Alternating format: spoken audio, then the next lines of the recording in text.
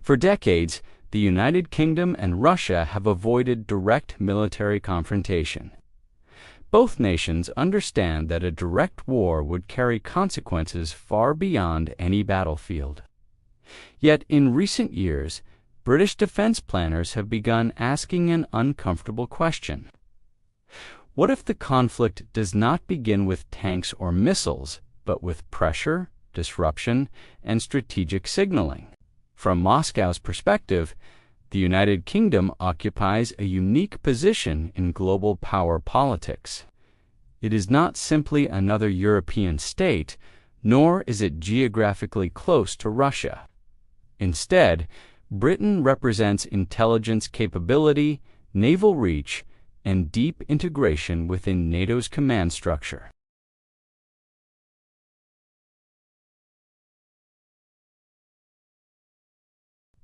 Russian military doctrine does not prioritize surprise invasions of distant nations. Instead, it emphasizes layered escalation testing responses, probing weaknesses, and applying pressure without crossing clear red lines. This approach allows Moscow to remain below the threshold of open war while still shaping outcomes. The United Kingdom has increasingly found itself within this strategic framework.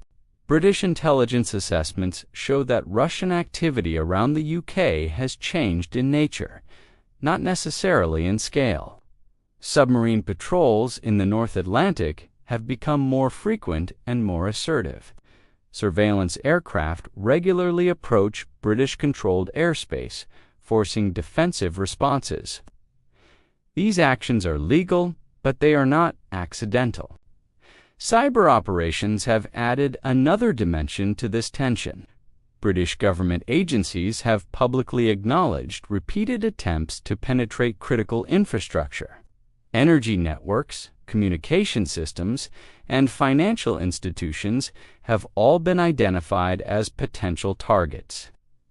These operations rarely cause immediate damage, but they demonstrate capability and intent. The UK's military support for Ukraine marked a significant shift in Russian strategic thinking.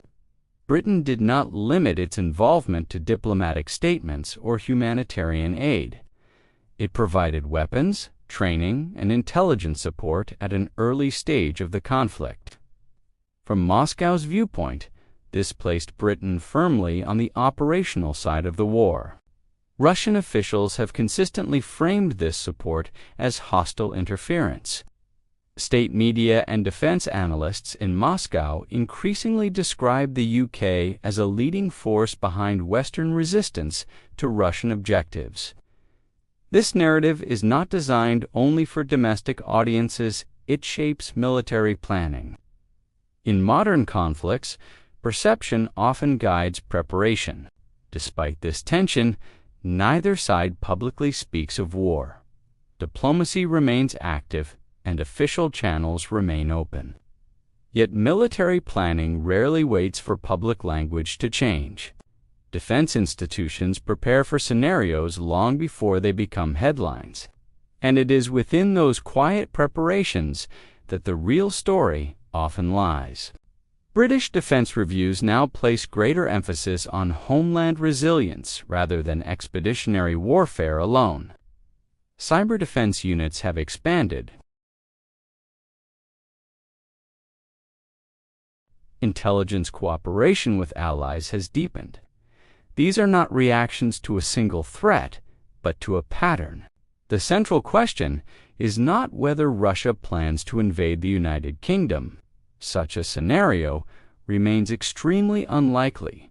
The real concern is whether Russia might seek to pressure Britain indirectly to test NATO resolve, disrupt stability, or send a strategic message.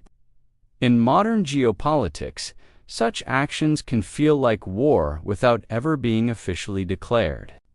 Understanding this requires stepping away from dramatic predictions and focusing on behavior, doctrine, and capability. Wars today often begin quietly.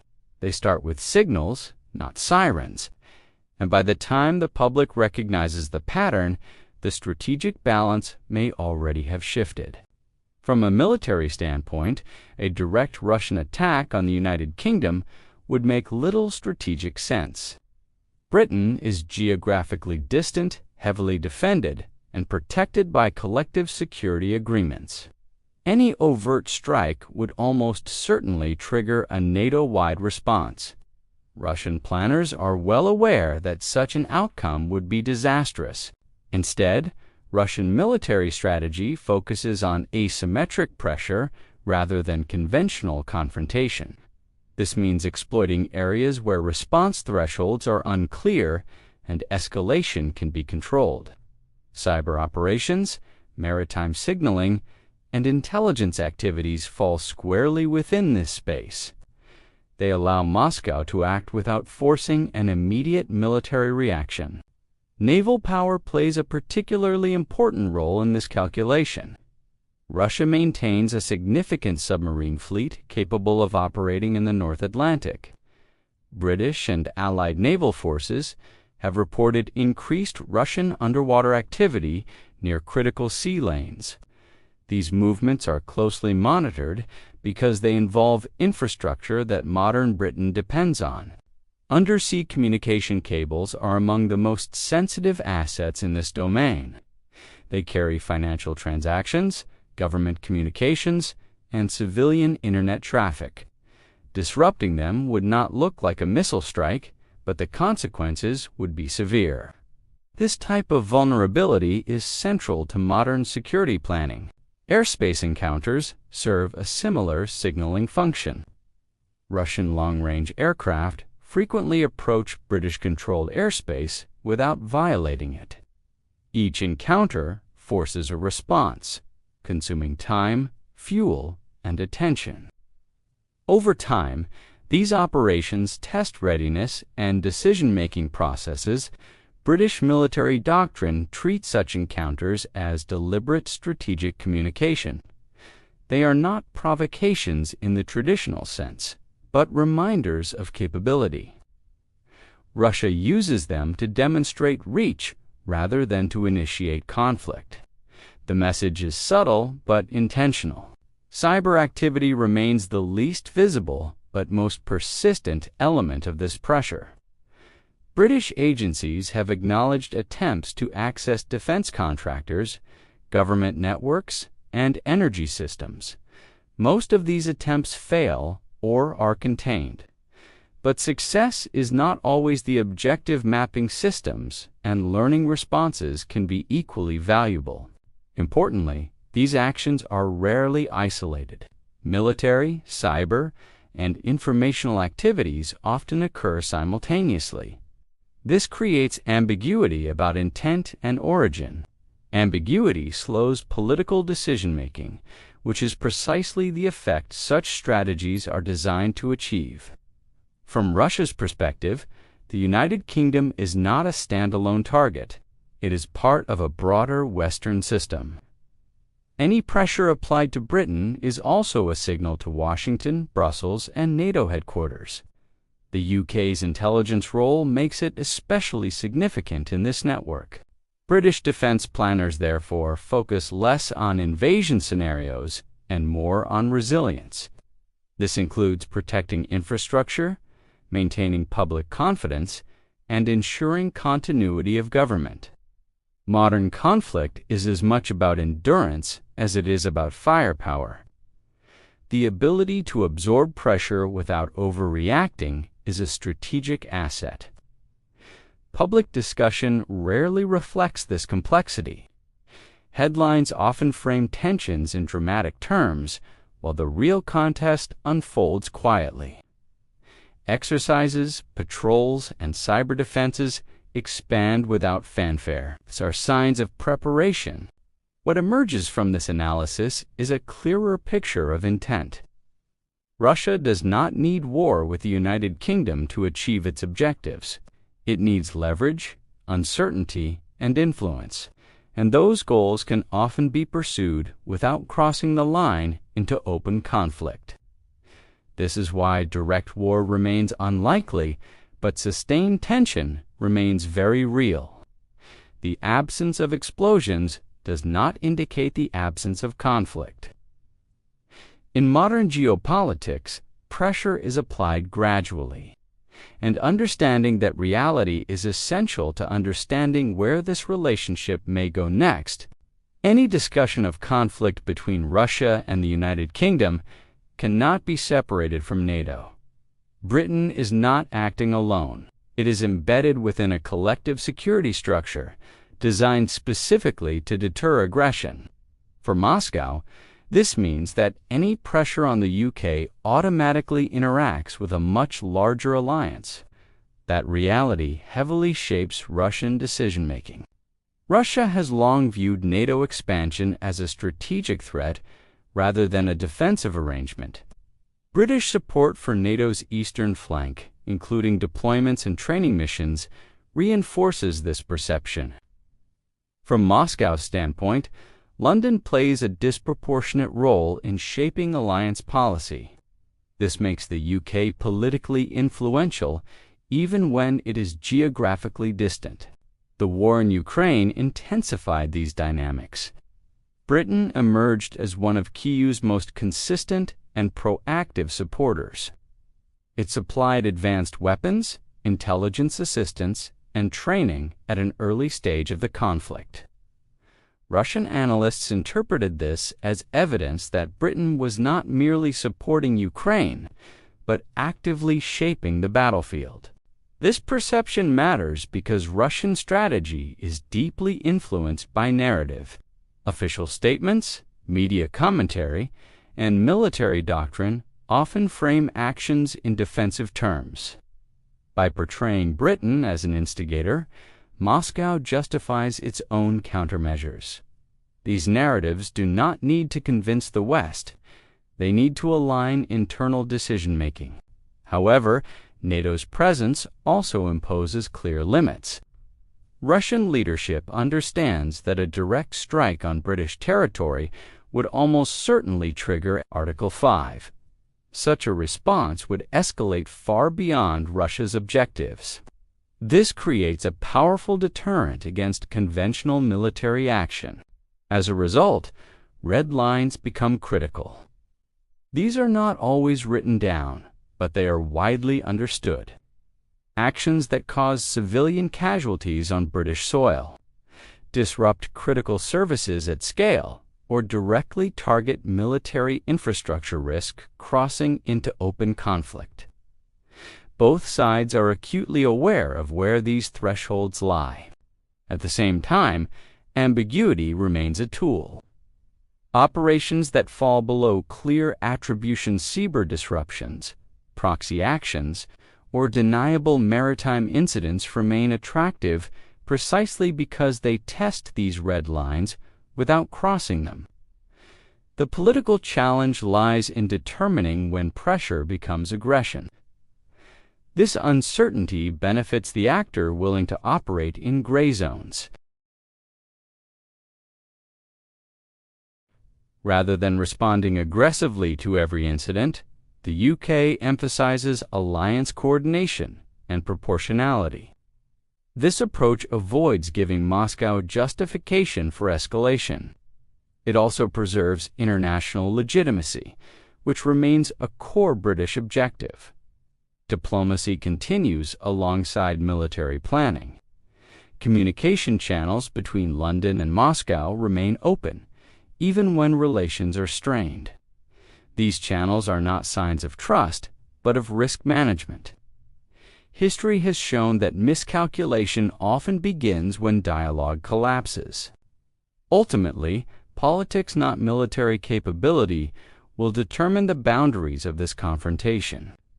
Both sides understand that escalation would carry costs far beyond immediate objectives.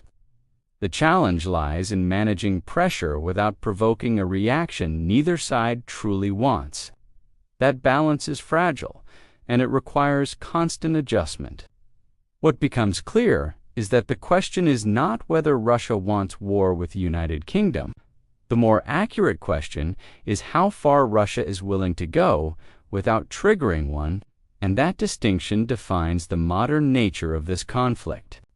Despite sustained tension, direct conflict between Russia and the United Kingdom remains constrained by clear strategic limits. Both sides understand that escalation would bring immediate and severe consequences. For that reason, the most dangerous scenarios are not deliberate attacks, but moments of miscalculation. History suggests that wars between major powers often begin unintentionally. One potential trigger lies in misattribution during cyber operations. A large-scale disruption to British energy networks, financial systems, or emergency services is traced, correctly or incorrectly, to Russia could force a political response. Even if such an incident were unintended or conducted by proxy actors, pressure to act would be intense. In modern conflict, perception can escalate faster than proof. Another risk area involves the maritime domain. British naval forces closely monitor Russian submarine activity near undersea infrastructure. A serious incident such as damage to critical cables or a collision involving military vessels could quickly escalate. At sea, ambiguity is harder to manage, and decision windows are often measured in minutes. Airspace incidents also carry escalation risk. Interceptions between Russian aircraft and NATO fighters are routine, but they rely on strict professional conduct. A mechanical failure, human error, or misinterpreted maneuver could turn a routine encounter into a crisis. These are the moments military planners worry about most. Political timing adds further complexity.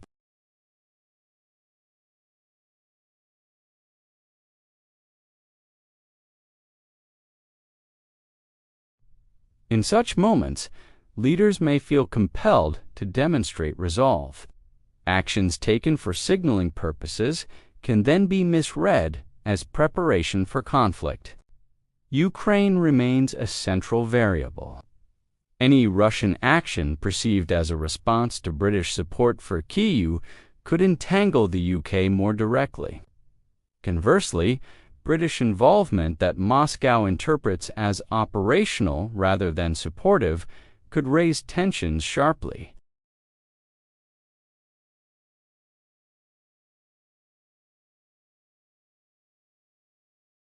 Alliance dynamics matter as well. Britain rarely acts alone, but alliance coordination can slow decision-making during crises. This delay can be stabilizing or dangerous, depending on circumstances. If one actor believes a response is inevitable, it may act preemptively.